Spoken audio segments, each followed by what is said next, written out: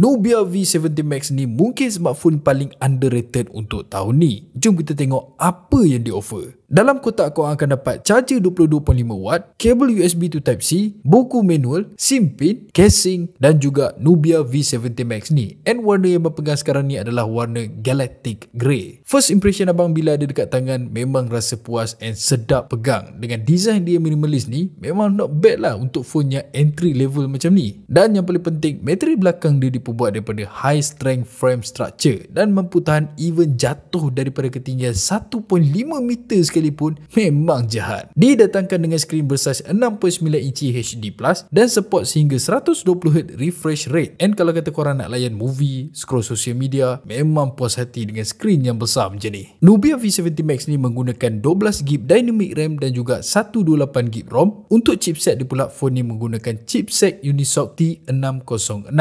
Abang dah try lenjan game yang even high resolution sekalipun still boleh support and tak ada lag langsung pun. And korang jangan risau, Nubia siap claim lagi phone ni boleh tahan up to 50 month smooth performance. Untuk dari segi kamera, dia menggunakan 8MP front camera dan 3 kamera belakang iaitu 50MP main camera, 2MP depth camera and dia juga ada AI camera. Untuk dari segi hasil dia, korang boleh tengok sendiri, not bad jugalah. Dilengkapi dengan AI Lightning Fast Snapshot yang mana korang boleh ambil gambar objek yang bergerak tanpa gambar jadi blur. And dia juga ada AI Magic Photo dengan AI Magic Editor and Eraser yang mana korang nak edit gambar korang bagi nampak lebih cantik. Dengan bateri yang berkapasiti 6000 mAh ni, dengan ada juga AI Power Saving, cukup untuk korang nak pakai seharian dan juga charging dia boleh support sehingga 22.5W. Bagi abang memang dah cukup okey dah dengan harga phone yang bawah 400 ni. Jadi korang rasa macam mana? Berbaloi tak Nubia V70 Max yang baru ni? Cuba korang komen sikit.